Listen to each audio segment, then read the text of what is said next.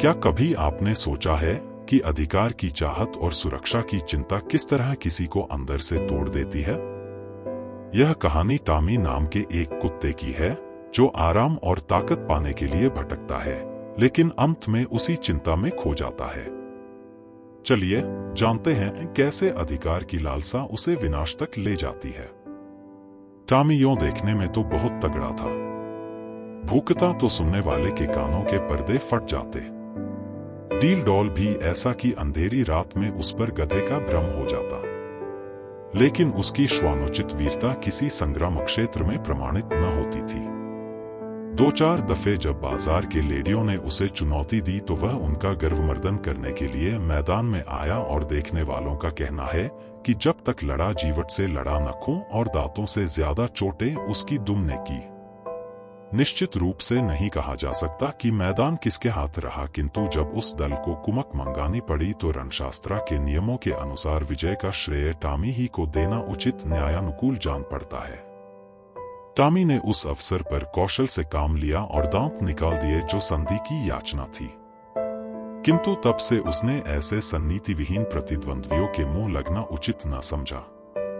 इतना शांतिप्रिय होने पर भी टॉमी के शत्रुओं की संख्या दिनों दिन बढ़ती जाती थी। उसके बराबर वाले उससे इसलिए जलते कि वह इतना मोटा ताजा होकर इतना भीरू क्यों है। बाजारी दल इसलिए जलता कि टॉमी के मारे घूरों पर की हड्डियां भी न बचने पाती थी।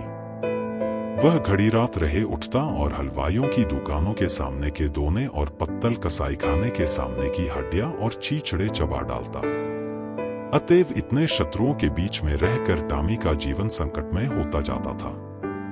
महीनों बीत जाते और पेट भर भोजन न मिलता।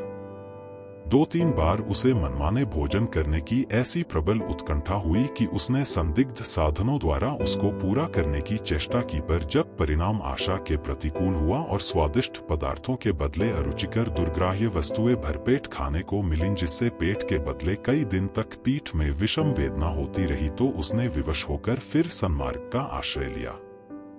पर डंडों से पेट चाहे भर गया हो, वह उत्कंठा शांत न हुई।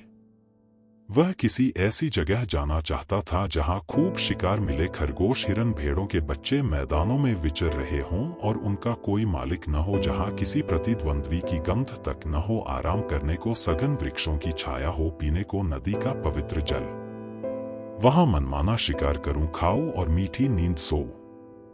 वहां चारों ओर मेरी धाक बैठ जाए, सब पर ऐसा रोब छा जाए कि मुझी को अपना राजा समझने लगे, और धीरे धीरे मेरा ऐसा सिक्का बैठ जाए कि किसी द्वेषी को वहां पैर रखने का साहस ही न हो। संयोगवश एक दिन वह इन्हीं कल्पनाओं के सुख स्वप्न देखता हुआ सिर झुकाए सड़क छोड़कर गलियों से चला जा रहा था कि सहसा एक सज्जन से उसकी मुठभेड़ हो गई। टॉमी ने चाहा कि बचकर निकल जाऊं, पर वह दुष्ट इतना शांतिप्रिय न था। उसने तुरंत झपटकर टॉमी का टेटुआ पकड़ लिया। टॉमी ने बहुत अनुनय विनय की गिड़गिड़ा कर कहा, ईश्वर के लिए मुझे यहां से चले जाने दो, कसम ले लो जो इधर पैर रखूं। मेरी शामत आई थी कि तुम्हारे अधिकार क्षेत्र में चला आया। पर उस मदांध और निर्दयी प्राणी ने जरा भी रियायत न की। अंत में हार कर टॉमी ने गर्दब स्वर में फरियाद करनी शुरू की। यह कोलाहल सुनकर मोहल्ले के दो चार नेता लोग एकत्र हो गए, पर उन्होंने भी दीन पर दया करने के बदले उल्टे उसी पर दंत प्रहार करना शुरू किया। इस अन्यायपूर्ण व्यवहार ने टॉमी का दिल तोड़ दिया। वह जान छुड़ाकर भागा। उन अत्याचारी पशुओं ने बहुत दूर तक उसका पीछा किया, यहां तक कि मार्ग में एक नदी पड़ गई और टॉमी ने उसमें कूदकर अपनी जान बचाई। कहते हैं एक दिन सबके दिन फिरते हैं। टॉमी के दिन भी नदी में कूदते ही फिर गए। कूदा था जान बचाने के लिए, हाथ लग गए मोती। तैरता हुआ उस पार पहुंचा तो वहां उसकी चिरसंचित अभिलाषाएं मूर्तिमती हो रही थी। यह एक विस्तृत मैदान था। जहां तक निगाह जाती थी हरियाली की छटा दिखाई देती थी। कहीं नालों का मधुर कलरव था, कहीं झरनों का मंद गान, कहीं वृक्षों के सुखद पुंज थे, कहीं रेत के सपाट मैदान। बड़ा सुरमय मनोहर दृश्य था। यहाँ बड़े तेज नखों वाले पशु थे जिनकी सूरत देखकर टॉमी का कलेजा दहल उठता था, पर उन्होंने टॉमी की कुछ परवाह न की। वे आपस में नित्य लड़ा करते थे, नित्य खून की नदी बहा करती थी। टॉमी ने देखा, यहां इन भयंकर जंतुओं से पेश न पा सकूंगा। उसने कौशल से काम लेना शुरू किया। जब दो लड़ने वाले पशुओं में एक घायल और मुर्दा होकर गिर पड़ता तो टॉमी लपक कर मांस का कोई टुकड़ा ले भागता और एकांत में बैठकर खाता। विजयी पशु विजय के उन्माद में उसे तुच्छ समझकर कुछ ना बोलता। अब क्या था, टॉमी के पौबारह हो गए। सदा दिवाली रहने लगी। न गुड़ की कमी थी न गेहूं की। नित्य नए पदार्थ उड़ाता और वृक्षों के नीचे आनंद से सोता। उसने ऐसे सुख स्वर्ग की कल्पना भी न की थी। वह मरकर नहीं जीते जी स्वर्ग पा गया। थोड़े ही दिनों में पौष्टिक पदार्थों के सेवन से टॉमी की चेष्टा ही कुछ और हो गई। उसका शरीर तेजस्वी और सुगठित हो गया। अब वह छोटे मोटे जीवों पर स्वयं हाथ साफ करने लगा। जंगल के जंतु अब चौंके और उसे वहां से भगा देने का यत्न करने लगे। टॉमी ने एक नई चाल चली। वह कभी किसी पशु से कहता, तुम्हारा फला शत्रु तुम्हें मार डालने की तैयारी कर रहा है, किसी से कहता फला तुमको गाली देता था। जंगल के जंतु उसके चकमे में आकर आपस में लड़ जाते और टॉमी की चांदी हो जाती। अंत में यहां तक नौबत पहुंची कि बड़े बड़े जंतुओं का नाश हो गया। छोटे मोटे पशुओं का उससे मुकाबला करने का साहस न होता था। उसकी उन्नति और शक्ति देखकर उन्हें ऐसा प्रतीत होने लगा मानो यह विचित्र जीव आकाश से हमारे ऊपर शासन करने के लिए भेजा गया है। टॉमी भी अब अपनी शिकारबाजी के जौहर दिखाकर उनकी इस भ्रांति को पुष्ट किया करता था। बड़े गर्व से कहता, परमात्मा ने मुझे तुम्हारे ऊपर राज्य करने के लिए भेजा है। यह ईश्वर की इच्छा है। तुम आराम से अपने घर में पड़े रहो। मैं तुमसे कुछ न बोलूंगा, केवल तुम्हारी सेवा करने के पुरस्कार स्वरूप तुम में से एकाध का शिकार कर लिया करूंगा। आखिर मेरे भी तो पेट है, बिना आहार के कैसे जीवित रहूंगा और कैसे तुम्हारी रक्षा करूंगा। वह अब बड़ी शान से जंगल में चारों ओर गौरवान्वित दृष्टि से ताकता हुआ विचरा करता। टॉमी को अब कोई चिंता थी तो यह कि इस देश में मेरा कोई मुद्दई न उठ खड़ा हो। वह सजग और सशस्त्र रहने लगा। ज्यों-ज्यों दिन गुजरते थे और सुखभोग का चस्का बढ़ता जाता था, त्यों-त्यों उसकी चिंता भी बढ़ती जाती थी।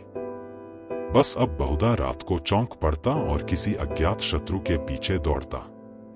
अक्सर अंधा कुकुर बात से भूखे वाली लोकोक्ति को चरितार्थ करता। वन के पशुओं से कहता, ईश्वर न करे कि तुम किसी दूसरे शासक के पंजे में फंस जाओ। वह तुम्हें पीस डालेगा। मैं तुम्हारा हितैषी हूं, सदैव तुम्हारी शुभकामना में मग्न रहता हूं। किसी दूसरे से यह आशा मत रखो। पशु एक स्वर में कहते, जब तक हम जिएंगे आप ही के अधीन रहेंगे। आखिरकार यह हुआ कि टॉमी को क्षण भर भी शांति से बैठना दुर्लभ हो गया। वह रात दिन भर नदी के किनारे इधर से उधर चक्कर लगाया करता।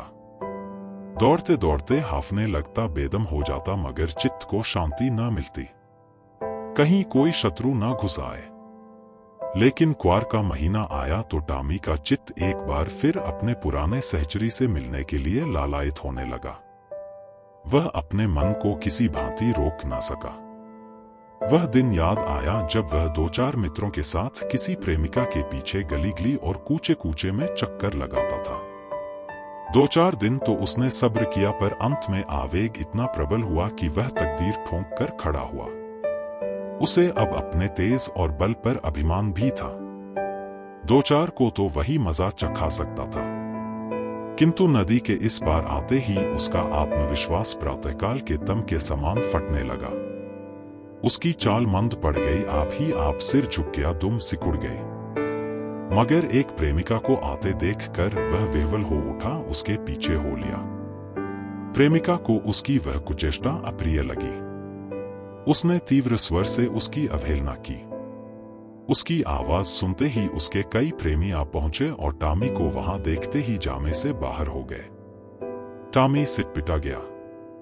अभी निश्चय न कर सका था कि क्या करूं कि चारों ओर से उस पर दांतों और नखों की वर्षा होने लगी। भागते भी न बन पड़ा। देह लहूलुहान हो गए। भागा भी तो शैतानों का एक दल पीछे था। उस दिन से उसके दिल में शंका सी समा गई। हर घड़ी यह भय लगा रहता कि आक्रमणकारियों का दल मेरे सुख और शांति में बाधा डालने के लिए, मेरे स्वर्ग को विध्वंस करने के लिए आ रहा है। यह शंका पहले भी कम न थी, अब और भी बढ़ गई। एक दिन उसका चित्त भय से इतना व्याकुल हुआ कि उसे जान पड़ा शत्रुदल आ पहुंचा। वह बड़े वेग से नदी के किनारे आया और इधर से उधर दौड़ने लगा। दिन बीत गया, रात बीत गई, पर उसने विश्राम न लिया। दूसरा दिन आया और गया, पर टॉमी निराहार निर्जल नदी के किनारे चक्कर लगाता रहा। इस तरह 5 दिन बीत गए। टॉमी के पैर लड़खड़ाने लगे, आंखों तले अंधेरा छाने लगा। क्षुधा से व्याकुल होकर गिर पड़ता, पर वह शंका किसी भांति शांत न हुई। अंत में 7वें दिन अभागा टॉमी अधिकार चिंता से ग्रस्त, जर्जर और शिथिल होकर परलोक सिधारा। वन का कोई पशु उसके निकट न गया। किसी ने उसकी चर्चा तक न की, किसी ने उसकी लाश पर आंसू तक न बहाए। कई दिनों तक उस पर गिद्ध और कौए मंडराते रहे। अंत में अस्थिपंजरों के सिवा और कुछ न रह गया। अधिकार की चाहत और सुरक्षा की चिंता, ये दोनों मिलकर कैसे किसी के सुख को छीन लेते हैं, यह कहानी हमें एक गहरा सबक देती है। क्या हम भी अपने डर और लालच में उलझे हुए हैं? सोचिए, क्योंकि यही हमारी सबसे बड़ी चुनौती है। अगर आपको यह कहानी पसंद आई हो तो लाइक करें, सब्सक्राइब करें और अपने विचार कमेंट में जरूर बताइए।